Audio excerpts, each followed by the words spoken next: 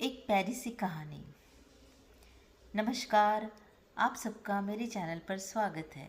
फुटाला झील पर खामोश धुएं और एक सहेली का कमाल।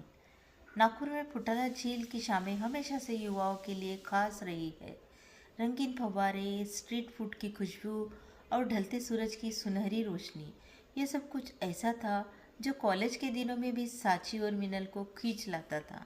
साची थोड़ी अंतर्मुखी थी, अपनी दुनिया में खोई रहती थी, खासकर जब वो गिटार बजाती थी।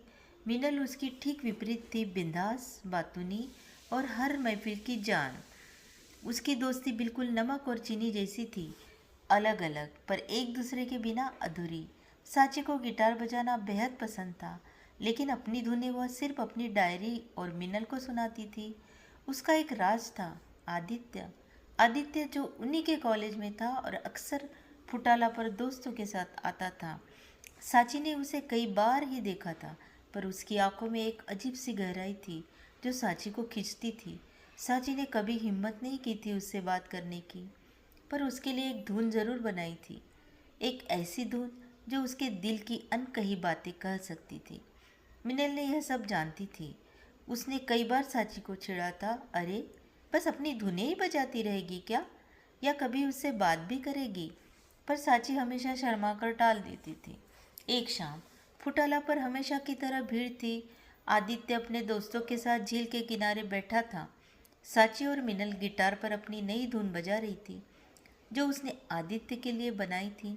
धुन उदास थी, पर उसमें एक उम्मीद भी छिपी थी। मिनल ने देखा कि आदित्य का ध्यान उसकी तरफ था।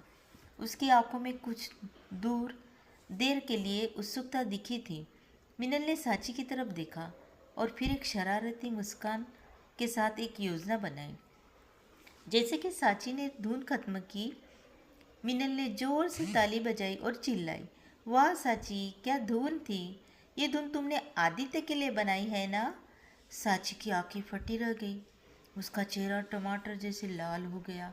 उसने मिनल को कोहनी मारी, पर तब तक बहुत देर हो चुकी थी। आदित्य ने सब सुन लिया था। आदित्य और उसके दोस्त उनकी तरफ देख रहे थे। आदित्य मुस्कुराया और धीरे धीरे उनकी तरफ बढ़ा। साची का दिल धड़कने लगा। माफ़ करना, आदित्य ने साची से कहा। उसकी आवाज़ में एक हल्की सी हंसी थी। क्या तुमने सच में मेरे लिए कोई धुन बनाई है। साची को कुछ बोल नहीं पाई।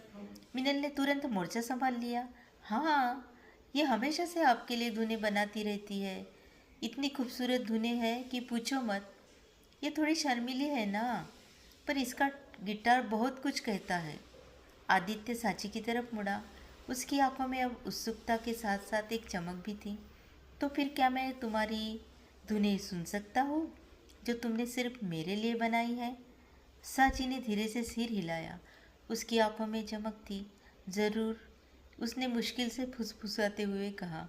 उस शाम फुटाला झील पर एक नई कहानी शुरू हो गई। साची की खामोशी धुनें आखिरकार आदित्य तक पहुंची गई और उसका श्रेय उसकी बिंदास सहेली मिनल को जाता था। उसकी दोस्ती ने ही साची को हिम्मत दी थी और मिनल की शरारत ने प्यार का राह दिखा दी। इसके बाद आदित्य और साची फुटाला पर अक्सर मिलते। साची अपने गिटार पर धुनें बजाती और आदित्य उन्हें सुनता। मिनल उन्हें दूर से देखकर मुस्कुराती, यह जानते हुए कि कभी कभी दोस्ती थोड़ी सी शरारत प्यार के सबसे खूबसूरत गीत लिख सकती है। धन्यवाद।